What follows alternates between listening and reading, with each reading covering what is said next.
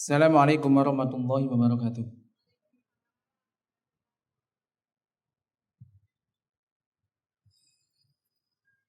Innal hamdalillah nahmaduhu wa nasta'inuhu wa nastaghfiruh wa natubu ilaihi wa nastahdihi wa na'udzu billahi min shururi anfusina wa sayyiati a'malina may yahdihillahu fala mudhillalah wa may yudlil fala hadiyalah.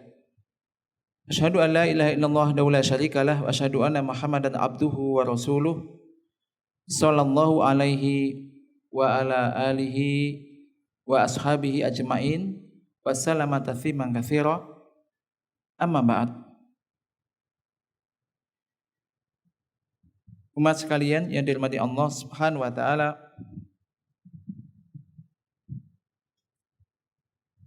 alhamdulillah kita senantiasa memanjatkan puji syukur hadirat Allah Subhanahu wa taala atas limpahan-limpahan dan karunia yang telah diberikan oleh Allah Subhanahu wa taala kepada kita semuanya. Kita telah mengetahui bahwasanya Allah taala menurunkan Al-Qur'an, yang Al-Qur'an merupakan asdaqul hadis, yaitu ucapan yang paling benar. Hudal lil muttaqin, petunjuk bagi orang-orang yang bertakwa. Dan di antara isi Al-Qur'an yakni ada at-tauhid, kemudian ada al-qasas, kisah-kisah yakni orang-orang terdahulu, umat-umat terdahulu, dan juga al-awamir wan nawahi, ada perintah-perintah dan juga larangan-larangan. Dan semua itu ini menjadi pelajaran dan petunjuk bagi manusia. Insya Allah kita akan mempelajari atau membaca yakni surah Luqman tentang kisah yakni Luqman Al-Hakim yang ada dalam surat Luqman, yakni mulai ayat 12 hingga ayat yakni 19. Ini ayatnya. Surat Luqman ayat 12 hingga ayat 19. Nah, di sana ada wasiat-wasiat atau faedah-faedah yang ditulis oleh Syekh Abdul Razak Hafizahullah Ta'ala. Banyak sekali faedah, ada 50 faedah yang bisa kita ambil. Terlebih ini sangat penting, yakni bagi para pendidik, para orang tua, para ibu, ini sangat penting. Karena wasiat-wasiat yang ada di dalam kisah Luqman ini mencakup yaitu faidah-faidah yang agung, bimbingan-bimbingan yang mulia, yang barokah, penuh berkah.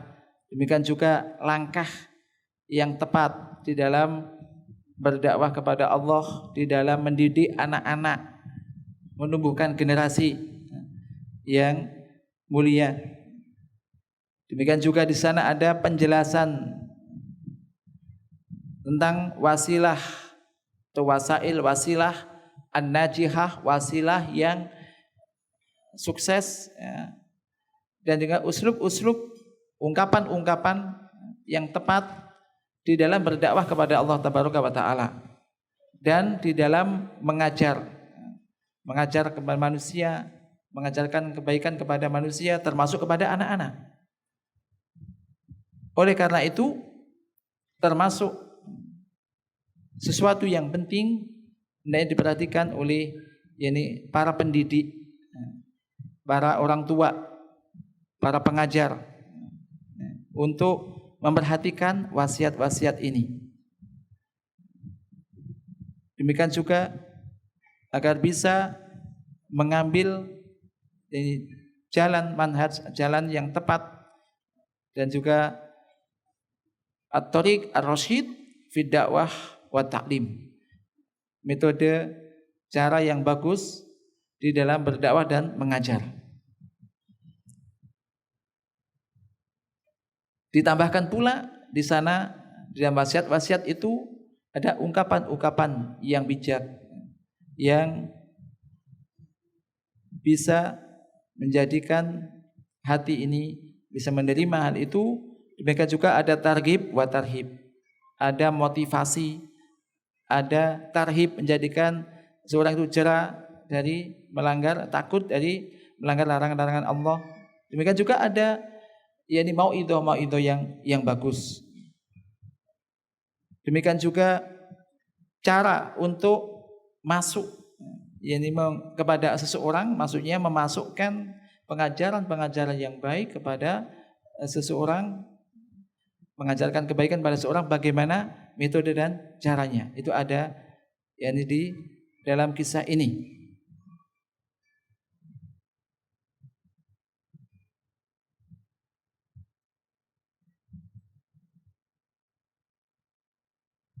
Kita mulai masuk di dalam ayat ya. Qala ta'ala A'udzu billahi minasyaitonir rajim. Wa laqad atayna Luqmanal hikmata an ishkur lillah wa may yashkur fa innama yashkuru li nafsihi wa man kafara fa innallaha ghaniyyun hamid. Wa idh qala Luqmanu libnihi wa huwa ya'iduhu ya bunayya la tusyrik billah inna syirka la dzulmun adzim. Wa wassaynal insana biwalidayhi hamalathu ummuhu wahnan ala wahnin wa fisaluhu fi 'amaini an ishkur li wa liwalidayka ilayyal masir.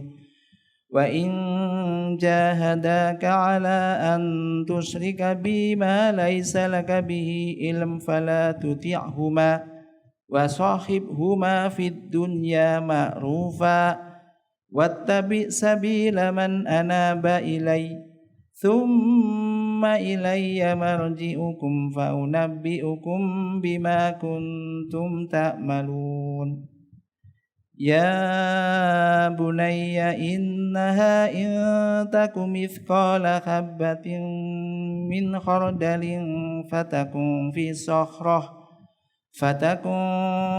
sakhratin aw fis samawati aw fil ardi ya'ti biha Allah innallaha latifun khabir.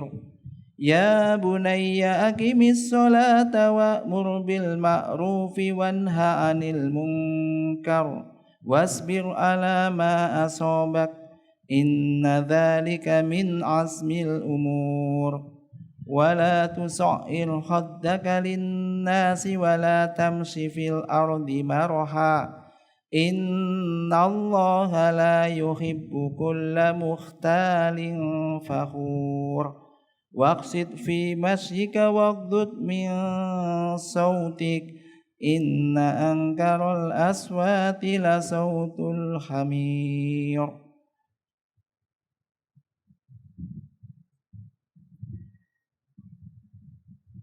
Nah, ini ayat Al-Quran yang mengisahkan ya tentang kisah Luqman Al-Hakim yang memberikan nasihat kepada putranya. Maka di sana dalam kisah-kisah ini ada faidah-faidah yang mulia, yang bagus, yang ditulis oleh Syekh yakni Abdul Razak Hafizahullah Ta'ala.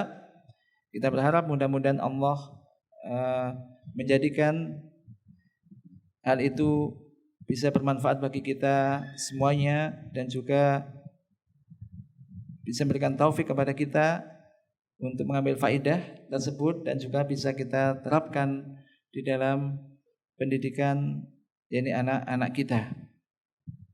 Faidah yang pertama yang bisa dicatat atau ditulis poin-poinnya. Faidah yang pertama, sesungguhnya hikmah ini merupakan karunia ilahiyah, karunia dari Allah Subhanahu wa taala, pemberian dari Allah Subhanahu wa taala yang diberikan oleh Allah Jalla wa ala kepada siapa saja yang dia kehendaki dari hamba-hambanya. Dan ini diambil dari firman Allah Ta'ala, walaqad ataina Luqmanal hikmah. Dan sesungguhnya kami telah memberikan kepada Luqman al-hikmah. Maka hikmah merupakan minnah dari Allah, yaitu karunia pemberian dari Allah Azza wa Jalla yang diberikan oleh Allah kepada siapa saja yang dia kehendaki dari hambanya. Allah Ta'ala juga berfirman, yu'til hikmata may yasha wa may yu'tal hikmah faqad utiya khairan katsira. Allah telah memberikan hikmah kepada siapa saja yang dia kehendaki, dan barang siapa yang telah diberikan hikmah, sungguh ia telah diberikan kebaikan yang sangat banyak. Maka barang siapa yang menginginkan untuk diberi taufik untuk masalah ini, dan juga diberi taufik untuk setiap kebaikan, hendaklah dia meminta kepada Allah Subhanahu wa taala, bukan minta kepada manusia atau guru atau yang lainnya, tapi minta kepada Allah Subhanahu wa taala. Karena semua kebaikan karunia ini di tangan Allah Azza wa Jalla, yang akan diberikan oleh Allah kepada siapa saja yang dia kehendaki, dan Allah itu memiliki karunia yang agung.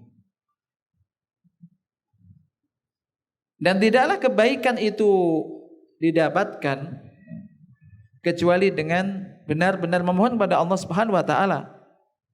Demikian juga betul-betul menghadapkan dirinya, jiwanya kepada Allah Subhanahu wa taala.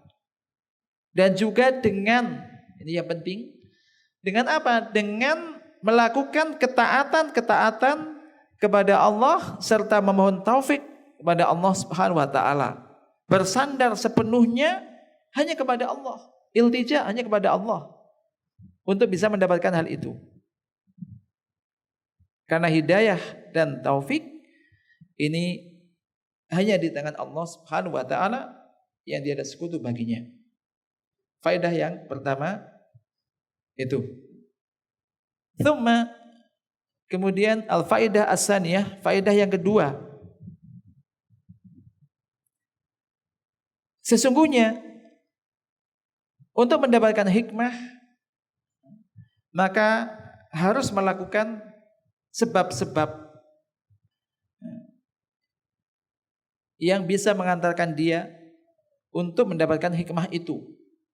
Jadi ada jalan, ada sebab yang harus dilalui. Jadi barang siapa yang memperhatikan kisah Luqman Al-Hakim, dan juga memperhatikan di dalam kehidupannya, maka ia akan menjumpai bahwasanya Luqman Al-Hakim merupakan seorang hamba yang soleh, ahli ibadah, senantiasa melakukan ketaatan kepada Allah, membaguskan hubungan silah kepada Rabb-Nya, kepada Allah Azza wa Jalla. Sebagaimana disebutkan di dalam tarjamah biografi menerangkan tentang kisah Luqman Al-Hakim, yang disebutkan oleh Al-Hafidz Imam Ibnu Katsir dan juga ada yang lainnya dari kalangan ahlul ilm, bahwasanya Luqman Al-Hakim ini adalah seorang yang ahli ibadah, ahli taat kepada Allah Ta'ala, benar di dalam apa dilakukannya, jujur. Demikian juga qalilal kalam, sedikit bicara, banyak berpikir dan menghayati sesuatu, termasuk ayat-ayat Allah Ta'ala. Demikian juga banyak mengambil faedah dari majelis-majelis khair, majelis-majelis ilmu. Maka alhamdulillah kita paling enggak sepekan sekian kali bisa mengambil faedah menghadiri dari majelis-majelis ilmu semacam ini. Maka ini mudah-mudahan menjadi sebab untuk mendapatkan hikmah tersebut. Demikian juga Luqman Al-Hakim ini memberikan anjuran, menganjurkan seorang untuk mengambil istifadah dari majelis-majelis tersebut. Demikian juga bermusyawarah kepada ahlul ilm, dengan ahlul ilm mengambil faedah darinya. Maka ini penting juga. Kita perlu misalkan ada masalah, ada sesuatu, kita datang kepada orang-orang yang berilmu. Dan ahlul ilm bermusyawarah, minta pendapat, saran. Demikian juga mengambil faedah-faedah dari mereka. Perhatikan umat sekalian yang dimati Allah Subhanahu wa taala, dekat dengan ahlul ilm, dekat dengan orang yang berilmu ini. Diamnya orang berilmu ini sudah pelajaran. Diamnya orang berilmu yang mengamalkan ilmunya, tentunya ini ada pelajaran. Karena tentu orang berilmu ini akan berucap yang berhati-hati, demikian juga bersikap, beramal, berbuat. Ini menjadi pelajaran tersendiri. Maka intinya di sini bahwasanya seorang hamba hendaknya mencurahkan semua tenaga usahanya untuk bisa melakukan hal-hal yang bisa mendekatkan dirinya kepada Allah Subhanahu wa taala, dan dengannya ia akan mendapatkan kebaikan dan juga al-falah, kesuksesan. Demikian juga dengannya ia akan mendapatkan hikmah. Oleh karena itu Rasulullah sallallahu alaihi wasallam telah bersabda, "Ikhris ala ma yanfa'uka wasta'in billah." Hadis ini mungkin sering kita dengar dan ini penting untuk diperhatikan oleh kita semuanya. Ikhris ala ma yanfa'uka wasta'in billah. Yang artinya berupayalah maksimal, berusahalah dengan keras. Alama yang fauka, untuk mendapatkan sesuatu yang bisa bermanfaat bagimu. Wasta'in billah, namun tidak hanya sekedar hanya membanggakan, mengusahakan dengan maksimal tenaga pikiran, hanya itu aja, atau kecerdasan, kepandaian, tidak. Wasta'in billah, dan mintalah pertolongan kepada Allah. Ini ikhlas ala ma yang fauka wasta'in billah. Berupayalah maksimal, usaha maksimal sudah. Semangat untuk mendapatkan apa-apa atau untuk mencapai hal-hal yang bisa memberikan manfaat pada bagimu, kepada dirimu, wasta'in billah, dan mintalah pertolongan kepada Allah. Karena kita apalagi berkaitan dengan ilmu, amal soleh, kalau kita hanya mengandalkan kehebatan kita, kecerdasan yang merasa cerdas, itu nggak bisa kalau nggak ditolong oleh Allah. Setiap surat juga kita membaca iyyaka na'budu wa iyyaka nasta'in. Hanya kepada Engkau ya Allah kami beribadah, dan kepada Engkau ya Allah kami mohon pertolongan. Maka ini penting untuk senantiasa kita kita perhatikan. Maka tadi kita sampaikan juga bahwasanya dalam masalah ilmu, termasuk belajar agama, termasuk bahasa Arab gitu ya, ini usaha maksimal, kemudian minta tolong kepada Allah untuk diberi kefahaman, untuk bisa melakukan hal tersebut, apa yang ingin kita inginkan. Ini dibarengi dengan isti'anah kepada Allah, mohon pertolongan pada Allah dengan sungguh-sungguh. Isti'anah ini kan ya kita menyandarkan itu kepada Allah, dan kita yakin, hati kita yakin bahwasanya Allah pasti akan mampu untuk menolong itu. Jadi nggak setengah-setengah, betul-betul kita minta pertolongan pada Allah Ta'ala. Maka juga dianjurkan kan, ketika setiap kita akan melakukan perbuatan yang baik, kita dianjurkan untuk membaca bismillah. Di antara faedah baca bismillah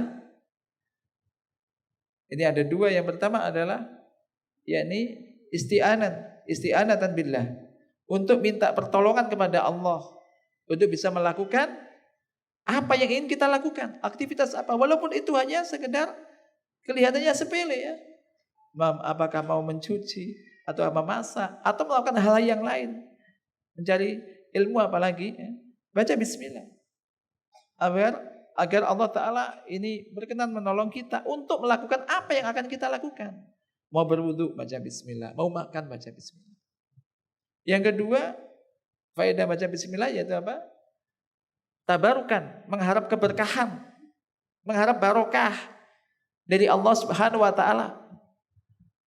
Perhatikan, kalau sesuatu yang kita lakukan, yang kita hasilkan ini barokah, walaupun kelihatannya sedikit tetapi barokah, berkah. Berkah, jadi ya namanya berkah. Bisa untuk ini, bisa untuk itu, bermanfaat, faedah, barokah. Yang bisa memberikan berkah adalah hanya Allah Ta'ala. Makanya di sini usaha maksimal untuk mencapai apa yang ingin kita inginkan, termasuk mencari ilmu semacam ini. Usaha maksimal dibarengi dengan isti'anah, memohon pertolongan kepada Allah, berdoa kepada Allah, terus minta pada Allah. Dan jangan dibatasi, saya sudah minta tolong sekian, 2 kali, 3 kali, 4 kali, selesai gak ditolong-tolong juga lah. Ini namanya suudzon pada Allah. Kita yakin pasti Allah akan menolong. Idza sta'anta fasta'in billah. Apabila kamu minta tolong, mintalah tolong kepada Allah.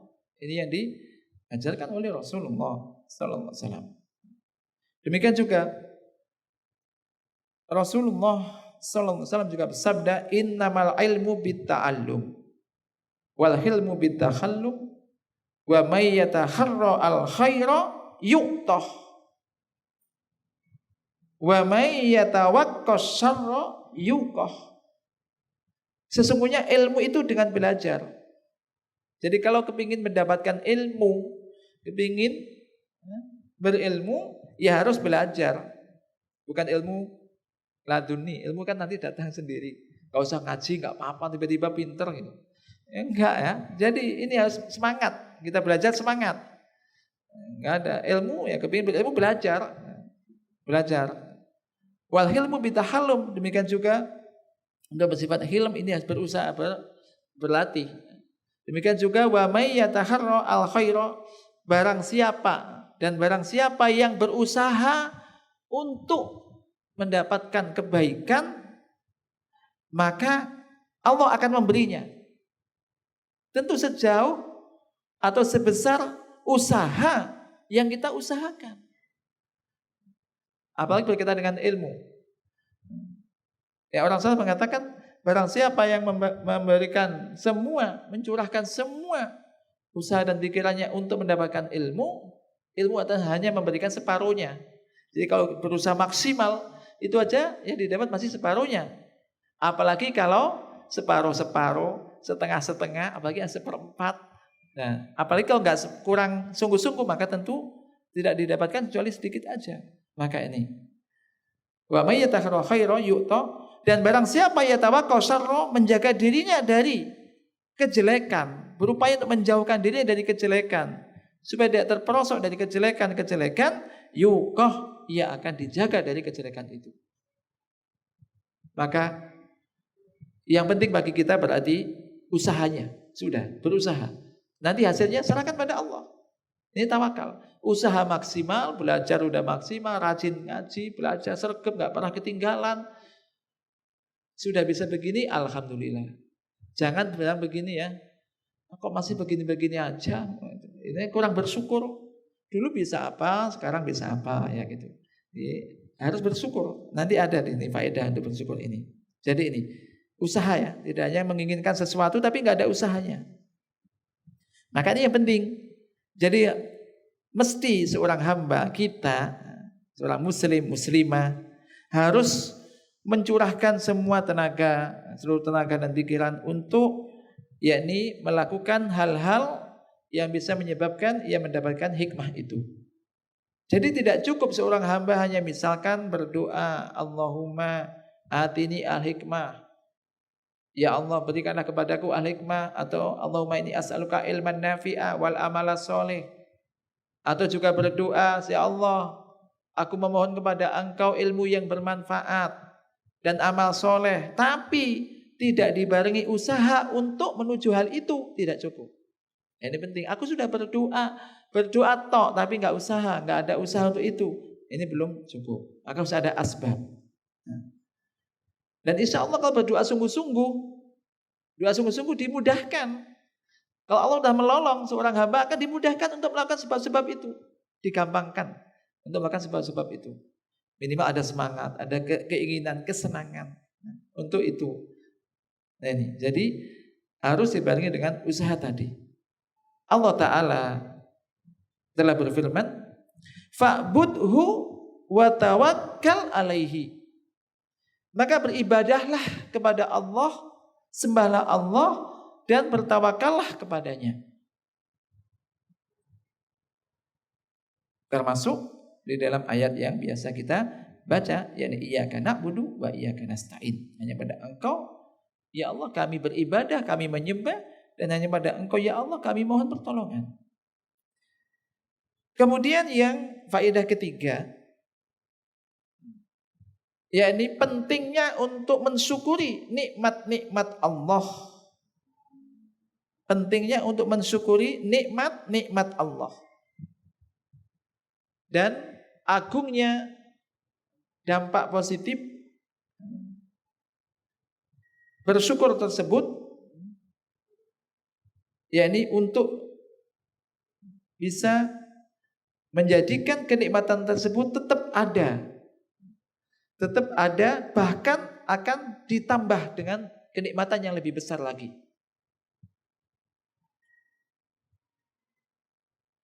Allah Azza wa Jalla berfirman di dalam, ini ada mushaf, bisa dibuka mushafnya ya, laba mushaf.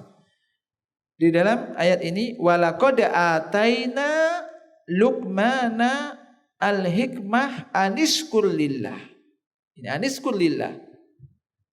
Dan sungguhnya kami telah memberikan kepada Luqman al-hikmah untuk bersyukurlah kepada Allah. Dan kenikmatan itu umat sekalian yang dirahmati Allah Subhanahu wa taala, apabila kenikmatan itu disyukuri, maka kenikmatan itu akan menjadi kuat, akan menancap pada diri orang tersebut. Wa idza kufirat farrat. Namun apabila kenikmatan ini dikufuri, maksudnya tidak disyukuri, maka kenikmatan itu akan lari. Kenikmatan kalau disyukuri akan tambah kuat di dalam diri orang yang bersyukur itu. Namun ketika dikufuri, nggak disyukuri nikmat itu, nikmat yang ada ini nggak disyukuri, dia akan hilang, akan lari. Oleh karena itu sebagian ulama ini mengatakan syukur ini adalah yakni dengan al-hafid, yaitu wal jalib.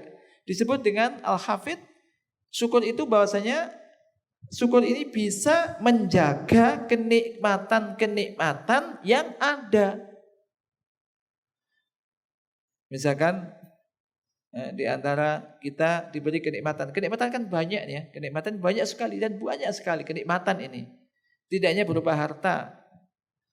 Jadi kenikmatan banyak sekali. Ilmu termasuk kenikmatan. Ketika ilmu ini sebuah kenikmatan, disyukuri dengan apa? Dijaga dan diamalkan.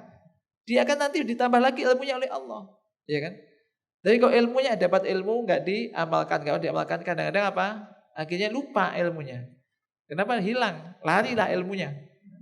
Demikian juga harta, diberi kenikmatan harta. Ketika mensyukuri harta dengan menggunakan fisabilillah, diinfakkan fisabilillah, sedekah, keluarkan zakatnya, tidak akan habis, tapi akan tetap ada. Bahkan nanti yang kedua bisa ini al-jalib, yaitu maksudnya menarik kenikmatan-kenikmatan yang belum ada. Jadi ada dua poin yang penting. Syukur ini apabila dilakukan, mensyukuri nikmat ini, kenikmatan tersebut akan menjadi tetap terjaga, tidak hilang, bahkan akan tambah banyak. Maka jangan heran ketika misalkan orang dapat ilmu satu, langsung diamalkan. Bentuk syukurnya diamalkan. Alhamdulillah dapat ilmu baru ini. Hadis baru, ayat baru. Yang sebelum ini saya nggak tahu misalkan. Dia langsung diamalkan. Itu lebih baik daripada banyak ilmu tapi nggak diamalkan. Maka nanti akan ditambah lagi ilmu berikutnya, akan ditambah itu kenikmatan itu. Demikian juga tadi, misalkan orang diberi kenikmatan berupa harta, berupa kelebihan dia syukuri itu dengan menggunakan kenikmatan itu untuk keridhaan Allah, untuk fisabilillah, maka itu akan terjaga kenikmatan itu dan akan ditambah kenikmatan tersebut. Sehat, ini kenikmatan. Ketika waktu sehat digunakan untuk ketaatan-ketaatan, kebaikan-kebaikan, insya Allah ini akan bisa terjaga dan kenikmatan akan ditambah oleh Allah Ta'ala. Allah Ta'ala telah berfirman, wa ita'adzana rabbukum la'ing syakartum la'azidannakum, di dalam surah Ibrahim ayat ke-7. Ini ayat ya. Ketika kita baca ayat ini, seorang muslimah, kita sering baca ayat-ayat Al-Quran. Ketika kita melewati ayat-ayat Al-Quran, harus kita meyakini kebenarannya, yakin, mesti benarnya. Sehingga mungkin satu ayat, dua ayat yang kita baca, memahami artinya, ini yakin kita. Keyakinan semacam ini menjadikan motivasi untuk kemudian mengamalkan itu, merealisasikan itu dalam kehidupan kita. Tapi kalau hanya lewat gitu aja, apalagi tidak dipahami, ya kurang membekas. Nah, kita yakin karena Al-Quran ini la raiba fi, tidak ada keraguan sedikit pun, maka kita tidak boleh meragukan sedikit pun Al-Quran ini, mesti benarnya, yakin. Ini kalamullah. Maka di sini Allah Ta'ala berfirman, wa ita'adzana rabbukum, dan ketika Rabb kalian, Tuhan kalian, ta'adzana rabbukum, yaitu mengumumkan, memberitahukan la'ing syakartum la'azidannakum. Ini firman Allah. Allah berfirman, jika kamu sekali bersyukur, la'azidannakum, pasti aku akan menambah kenikmatanku kepada kalian. Ada lamut taukid, kalau kita belajar bahasa Arab ada lamut taukid, ada nun taukid. Ini betul-betul menguatkan, sungguh benar-benar, sudah sungguh ditambah benar-benar lagi, supaya semakin yakin. La in syakartum la azidannakum. Jika kamu sekali bersyukur, niscaya pasti aku akan menambah nikmatku kepada kalian. Maka lanjutannya, wala in kafartum inna adzabi lasadid.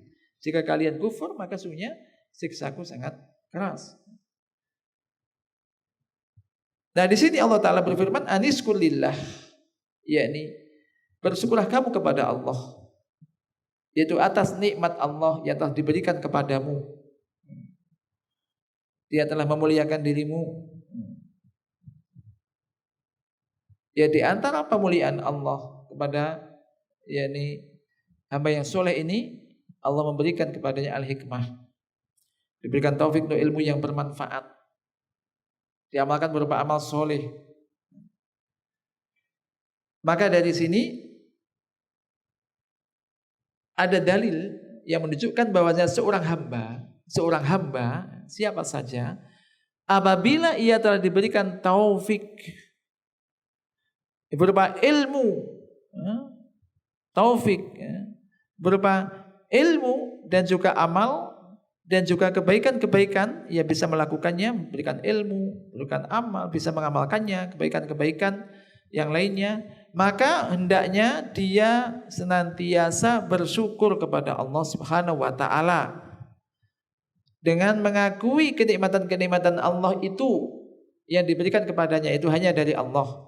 Itu karunia dari Allah, hidayah dan taufik dari Allah Ta'ala. Kemudian faedah yang keempat,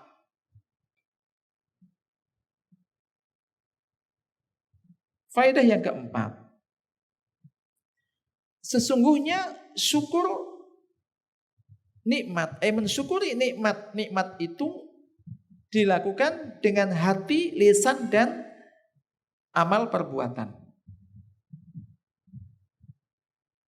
Jadi mensyukuri nikmat Allah itu yaitu dengan hati, dengan lisan, dan juga dengan amal perbuatan dengan anggota badannya. Dan ini terkumpul di dalam firman Allah Ta'ala, aniskur lillah, ya syukurlah kamu kepada Allah.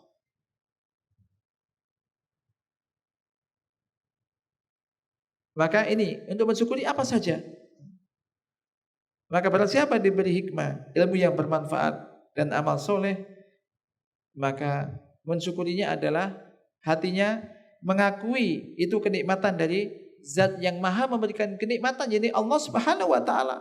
Bukan semata-mata usahanya, bukan semata-mata ini kesungguhannya atau kecerdasannya, kehebatannya. Nah, ini perhatikan. Kalau kita dulu nggak bisa baca Quran, kemudian bisa, alhamdulillah. Nggak bisa bahasa Arab, bisa sedikit-sedikit, alhamdulillah. Itu semua karunia dari Allah, kenikmatan dari Allah. Bisa beramal soleh, itu semua karunia dari Allah, bukan kehebatan kita. Sehingga hati ini meyakini semua itu, mengakui itu semua dari Allah Ta'ala. Dan jangan semata-mata aku kok. Siapa? Saya. Bisa lah. Ini kan ujub ya namanya ya. Menyombongkan diri, membanggakan diri.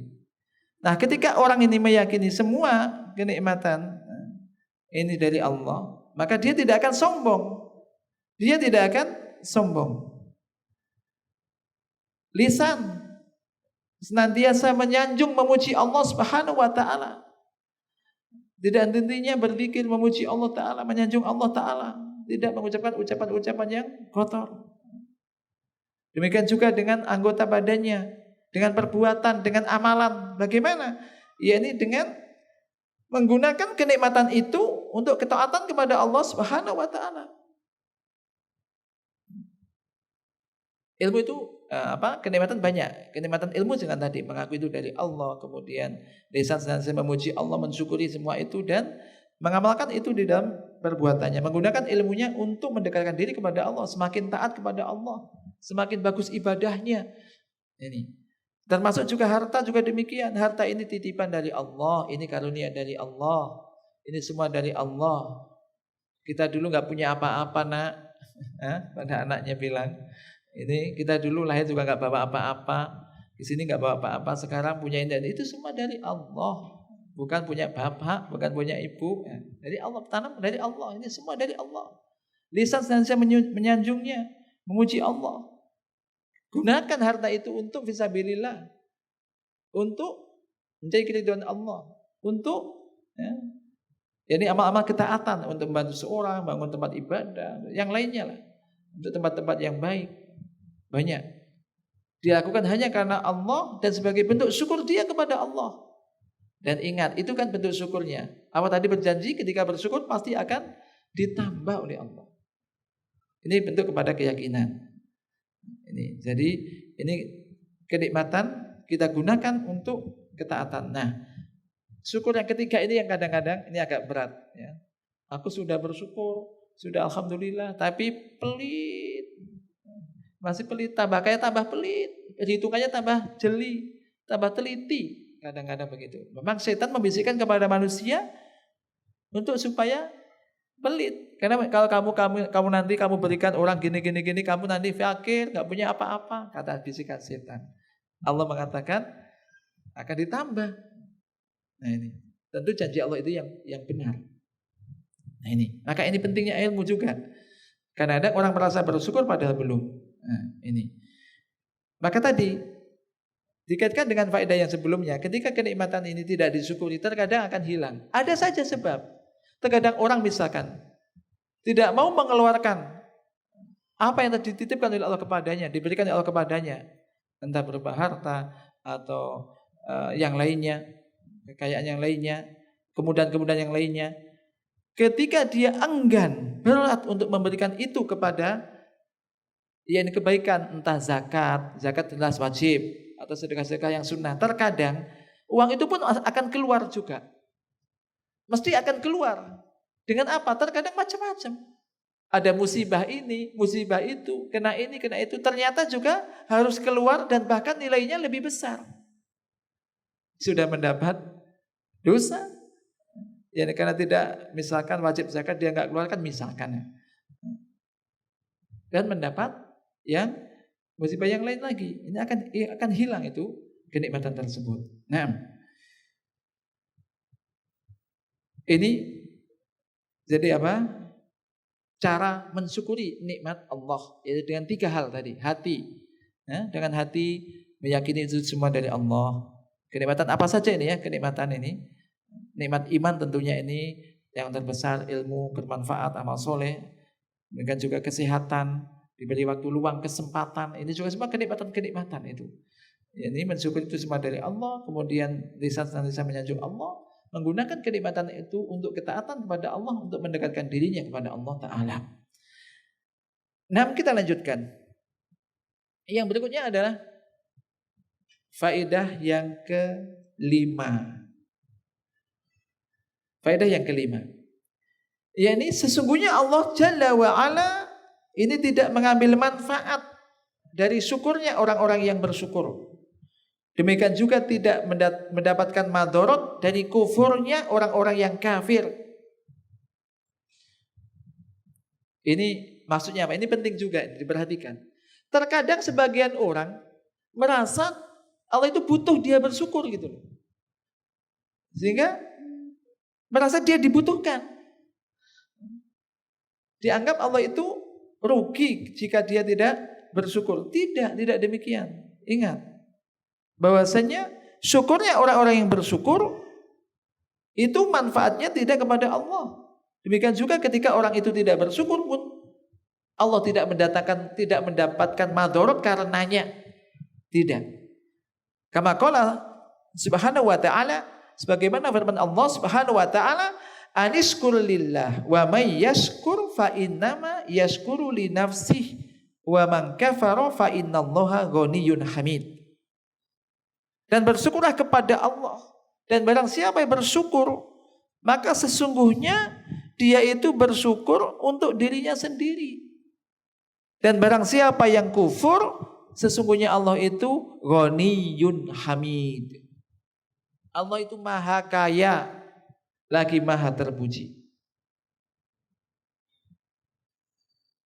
Maka Allah Azza wa Jalla ini tidak mengambil manfaat dari syukurnya orang-orang yang bersyukur. Demikian juga tidak mendapatkan madharat dari kufurnya orang-orang yang kufur. Demikian juga tidak mengambil manfaat dari ketaatan orang-orang yang taat. Demikian juga tidak mendapatkan madharat, tidak rugi karena maksiatnya orang-orang yang berlaku maksiat kepada Allah. Ini agar supaya apa? Kita itu merasa bahwa kalau kita bersyukur itu kita yang butuh. Kita beribadah kita yang butuh. Jangan merasa dibutuhkan Allah. Itu kebutuhan kita. Kalau itu sudah menjadi kebutuhan kita, kayak kita butuh makan, kita butuh minum, mencari kan. Artinya itu menjadi kebutuhan, salah satu dari kebutuhan kita, bagian dari kebutuhan kita. Ketika kita butuh, kita akan berupaya, berusaha untuk itu. Beda kalau orang yang merasa dibutuhkan, ogah-ogahan. Tapi ini kita yang butuh. Ibadah, ketaatan, kita yang butuh. Manfaatnya kepada kita, bukan kepada Allah. Perhatikan. Di dalam hadis qudsi, Allah Ta'ala yakni telah berfirman hadis qudsi. Hadis qudsi yakni kalamullah tapi bukan di dalam Al-Quran. Di dalam hadis Abu Dzar radhiyallahu anhu, di dalam Sahih Muslim, Allah Ta'ala berfirman, ya ibadi lau anna awwalakum wa akhirakum wa insakum wa jinnakum kanu ala atqa qalbi rajulin wahidin minkum ma zada dzalika fi mulki syai'a. Wahai hamba-hambaku, kata Allah, seandainya orang yang pertama kali hingga yang terakhir dari kalian, baik dari golongan manusia dan juga jin, mereka bersatu padu di dalam hati orang yang bertakwa, yang paling bertakwa di antara kalian, niscaya hal itu tidak menambah sedikit pun di dalam kerajaanku. Jadi kalau semua orang ini bersatu padu, mulai sejak manusia pertama sampai yang terakhir nanti bersatu padu di dalam hati orang yang bertakwa, semua bertakwa taat kepada Allah, itu tidak menambah sedikit pun di dalam kerajaan Allah Ta'ala. Lau anna awwalakum wa akhirakum. Selanjutnya, ya ibadi, lau anna awwalakum wa akhirakum wa insakum wa jinnakum kanu alal afjari qalbi rajulin wahidin mana qasa dzalika min mulki syai'a. Wahai hamba-hambaku, seandainya orang yang pertama hingga yang terakhir dari kalian, baik dari manusia maupun jinnya, mereka berada di dalam hati orang yang paling fajir, paling tidak taat, niscaya hal itu tidak mengurangi sedikit pun dari kerajaanku. Maka dari sini jelaslah bahwasanya ketaatan orang-orang yang taat tidak memberikan manfaat kepada Allah. Demikian juga kekufuran, kemaksiatan orang-orang yang ahli maksiat tidak mendatangkan madarat bagi Allah Ta'ala. Allah tidak rugi dengannya. Akan tapi kama qala ta'ala may yahtadi fa inna ma yahtadi li nafsihi wa man dhalla fa inna ma yadhillu 'alaiha. Barang siapa yang ia mendapatkan petunjuk di atas jalan kebenaran, maka sesungguhnya hal itu manfaatnya untuk dirinya sendiri. Dan barang siapa yang menyimpang dari kebenaran, maka sesungguhnya dia menyimpang dan akibatnya pun akan menimpa dirinya sendiri. Maka Allah Ta'ala ini Ghaniyun Hamid, yaitu maha kaya, kaya masih tidak butuh, dan Hamid, jadi maha terpuji. Oleh karena itu Allah Ta'ala juga berfirman dalam Al-Quran, ya ayuhan nas, wahai manusia, antumul fuqara ilallah, kalianlah yang fakir kepada Allah, butuh kepada Allah. Wallahu huwal ghaniyul hamid, dan Allah dialah yang maha kaya lagi maha terpuji. Iyasa yudhibkum wa ya'ti bi khalqin jadid. Jika Allah mau, perhatikan ditutup di ayat ini. Jika Allah mau yudhibkum, Allah akan membinasakan kalian, mematikan kalian. Wa ya'ti bi khalqin jadid, dan akan menciptakan atau mendatangkan makhluk yang baru. Nah, kalau kita berpikir ketika manusia itu kufur, nggak mau taat, nggak mau bersyukur, kemudian tiba-tiba dibinasakan oleh Allah, siapa yang bisa menyelamatkan dirinya dari Allah? Tidak ada. Dan banyak sebab yang sangat mudah bagi Allah ketika seandainya mau langsung semacam itu. Tapi Allah itu maha belas kasihan, masih diberi kesempatan, masih diberi kasih sayang untuk bisa memperbaiki dirinya, tidak langsung dihukum. Maka ini kita hendaknya bisa mengambil faedah ketika mendapatkan sesuatu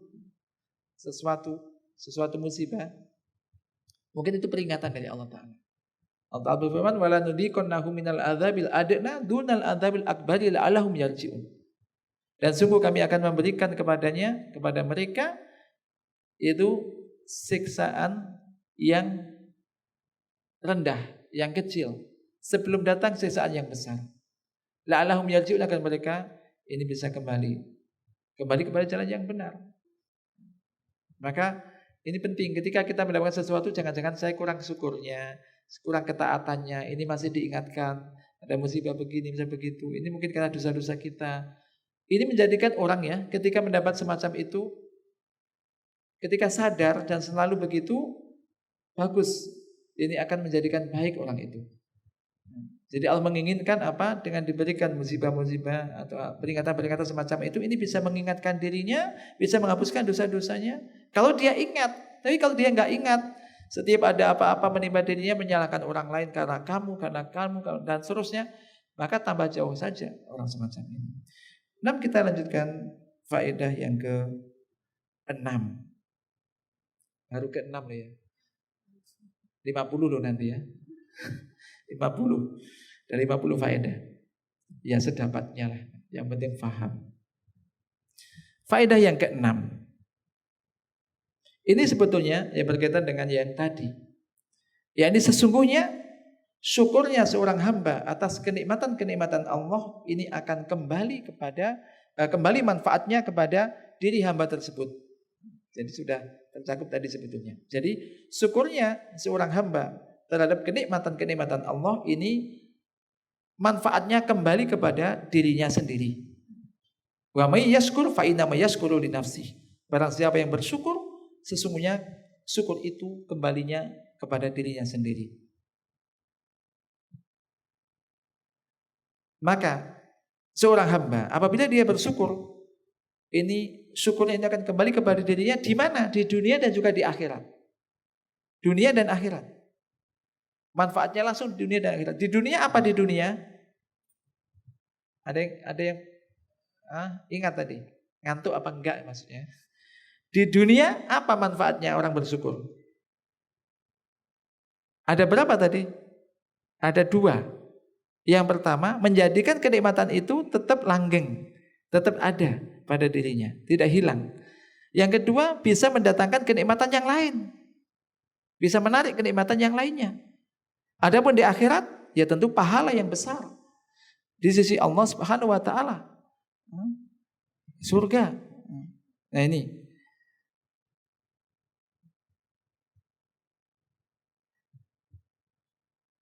Maka di antaranya Allah Ta'ala berfirman tadi, man ihtada fa innama yahtadi li nafsi wa man dhalla fa innama yadhillu 'alaiha.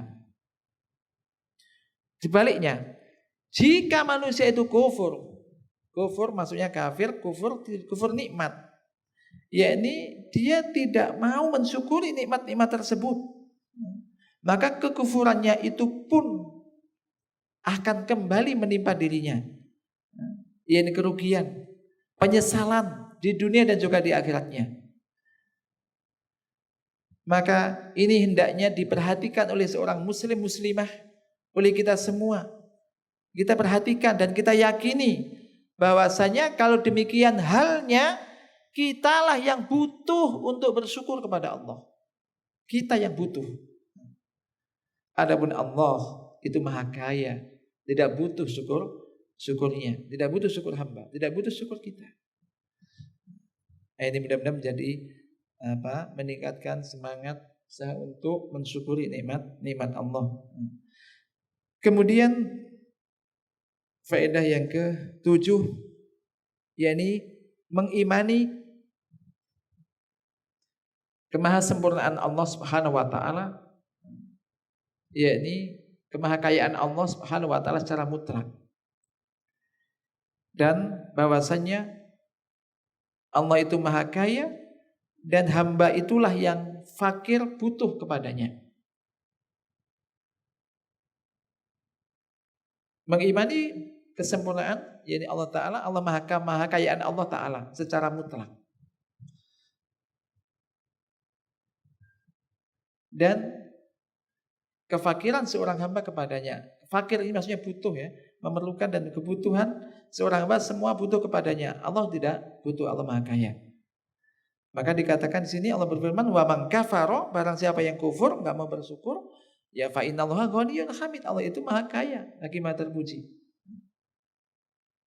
Jadi Allah betul-betul Al-Ghani, yaitu Al-Ghani ini maksudnya maha kaya. Maha kaya. Jadi baik, yakni sifat maha kaya, jadi Allah maha kaya.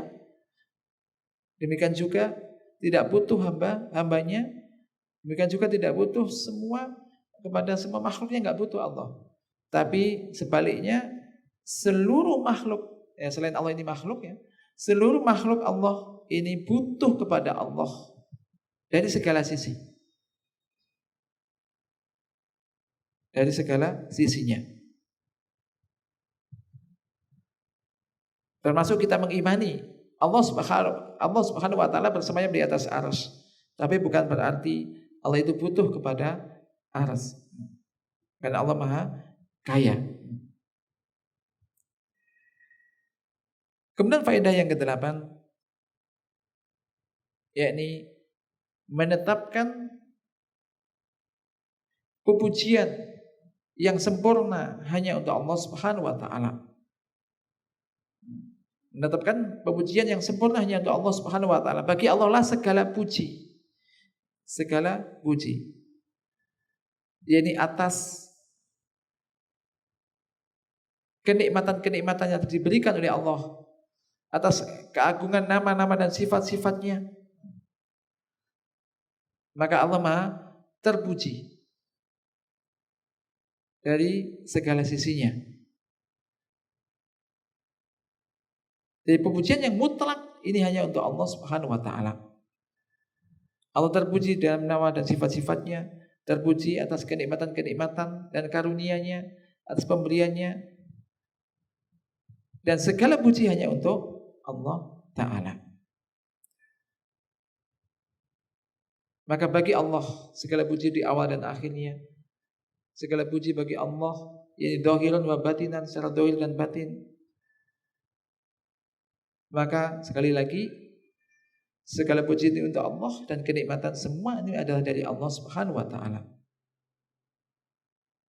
Wa ma bikum min ni'matin fa minallah, kenikmatan apa saja yang ada pada kalian itu dari Allah. Maka kita ketika mendapat sesuatu yang nikmat, kita baca alhamdulillahilladzi bi ni'matihi tatimmus shalihat. Dan ketika lagi flu, sakit atau lagi kena musibah ini dan itu, bagaimana kabarnya? Kaifa haluk? Bagaimana kamu?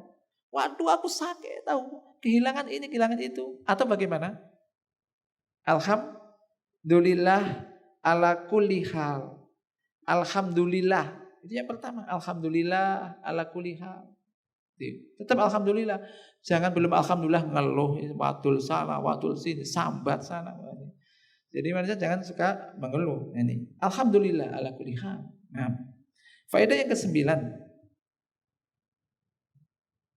Kita sampai jam berapa ya? Sampai jam 12, zuhur jam 12, setengah 12. 9. Faedah yang ke-9 yakni kedudukan hikmah dan besarnya manfaat bagi orang yang telah diberi hikmah itu oleh Allah Ta'ala. Kedudukan hikmah dan agungnya atau besarnya manfaat bagi orang yang diberi hikmah itu oleh Allah Tabaraka wa Ta'ala. Dan ini jelas. Ini jelas dari sanjungan Allah Ta'ala kepada Luqman dan pujian Allah Subhanahu wa Ta'ala yang telah memberikan kepadanya al-hikmah. Maka ketika tahu semacam ini, bahwasanya hikmah ini kedudukannya tinggi, manfaatnya besar, ini hendaknya menjadikan seorang hamba bersemangat untuk mengetahui apa sih itu hikmah. Demikian juga bersemangat untuk memiliki sifat-sifat hikmah tersebut. Itu. Karena kedudukannya tinggi, manfaatnya besar. Nah, apa makna hikmah? Di antara pendapat tentang makna, di antara makna hikmah adalah ada yang menyebutkan hikmah itu yaitu ilmu yang bermanfaat yang dibarengi dengan amal soleh. Ilmu yang bermanfaat yang dibarengi dengan amal soleh. Jadi ilmunya diamalkan berupa amal soleh. Jadi diberi ilmu yang bermanfaat dan dia pun bisa mengamalkan ilmunya. Tidak sedikit orang itu punya ilmu tapi kok amalannya kok gitu ya. Ya kan? Ada kadang-kadang orang. Ilmunya banyak tapi kok amalannya kok begitu, bukan amal soleh yang diamalkan. Jadi orang diberi hikmah, dia diberi ilmu yang bermanfaat, demikian juga ilmunya bisa diamalkan dibandingkan amal-amal soleh. Ini. Yang kedua ada yang mengatakan hikmah yaitu meletakkan sesuatu pada tempatnya.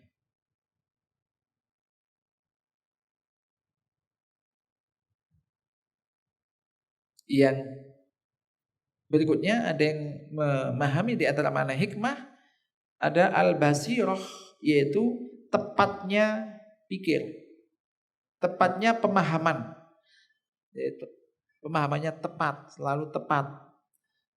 Ini bagusnya pendapat dan pemikirannya. Ini di antara makna hikmah.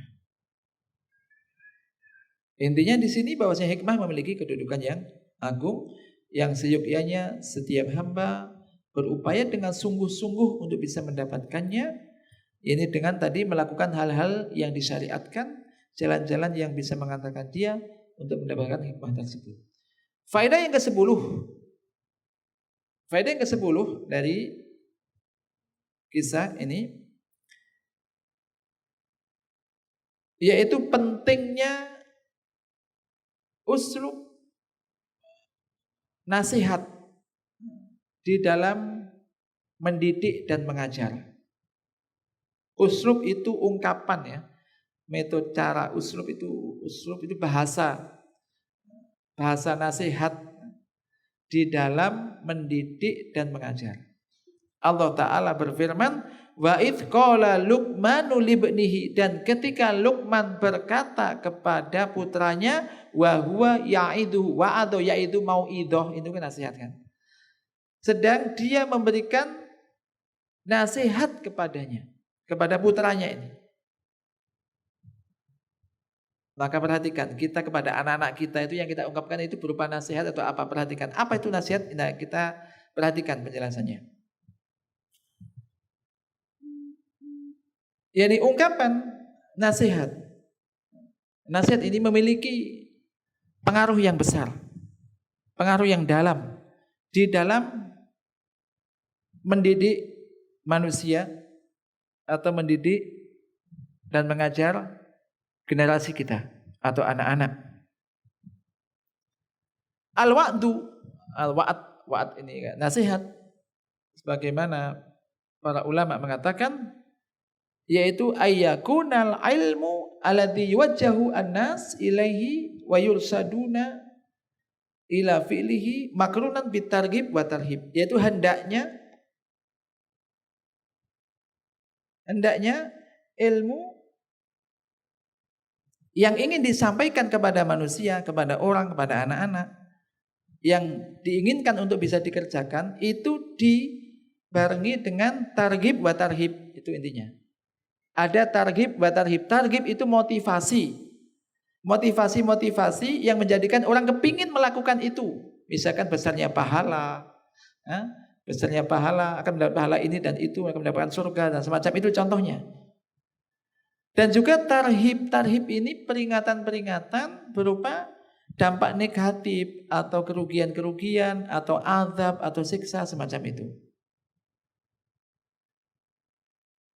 Jadi ketika menyebutkan sebuah perintah untuk kebaikan diiringi dengan hal-hal yang memotivasi itu. Demikian juga ketika larangan dibarengi dengan yakni hal-hal yang menjadikan dampak atau akibat ketika larangan itu dilanggar.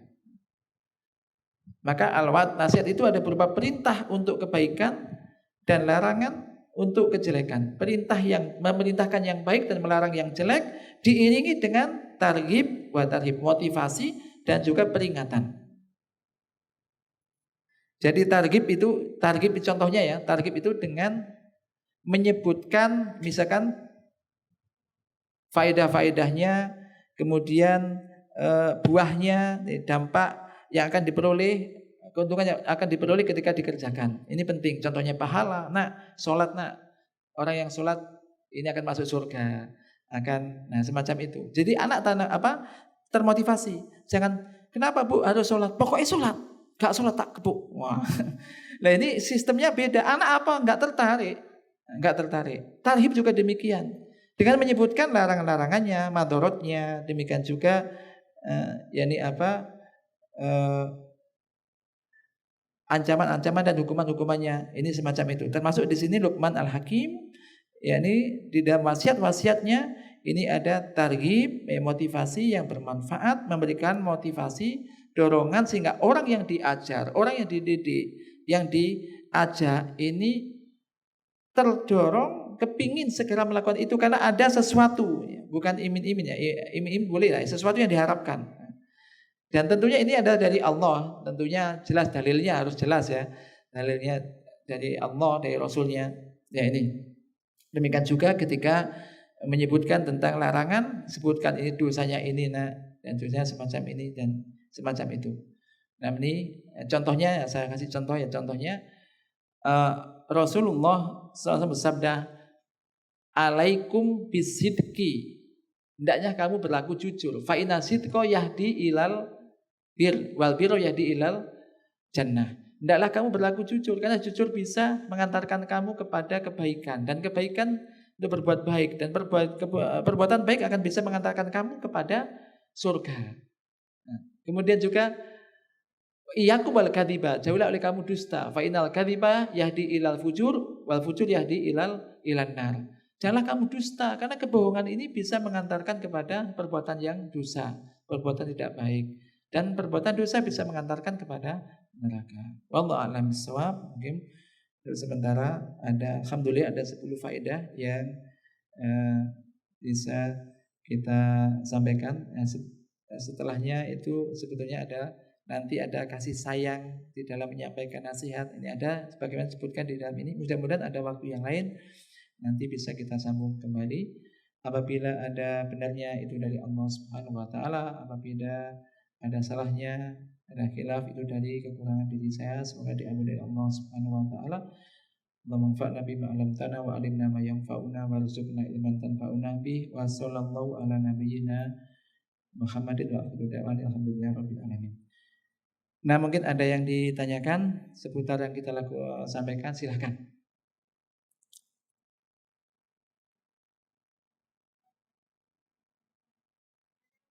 Nah, nggak ada.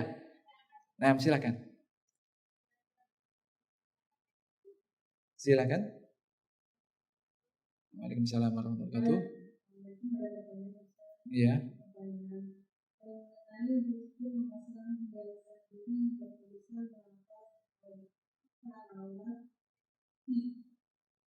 Lafaz apa? Seperti ayat kursi. Oh, na'am. Bismillah, alhamdulillah, salatu wassalamu ala rasulillah. Ada para ulama ada ditanya semacam itu, termasuk masang ayat kursi di bagaimana. Pada asalnya Al-Quran, kita ketahui Al-Quranul Karim diturunkan bukan untuk hiasan. Ini Al-Quranul Karim diturunkan untuk hudal lil muttaqin, hudal linnas, petunjuk bagi manusia, petunjuk bagi orang yang bertakwa.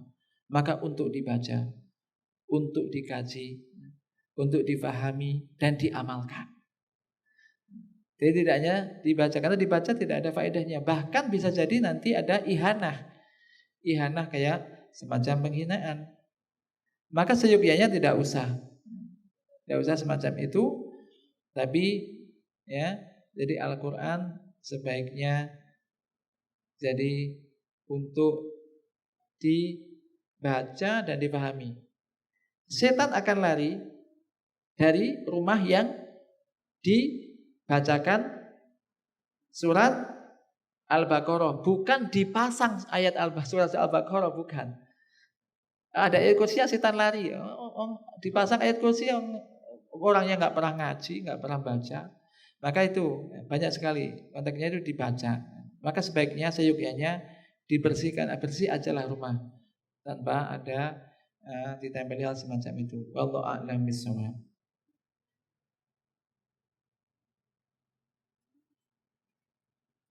Nah, mungkin ada lagi berkaitan dengan mungkin materi yang ada yang kurang jelas, silakan.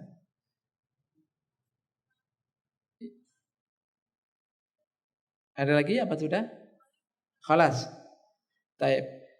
Nah, mudah-mudahan sekali lagi kita bisa mengambil faedah pelajaran dari ayat-ayat ini dan bisa kita terapkan di dalam mendidik anak-anak kita. Itu aja mungkin yang bisa kita sampaikan.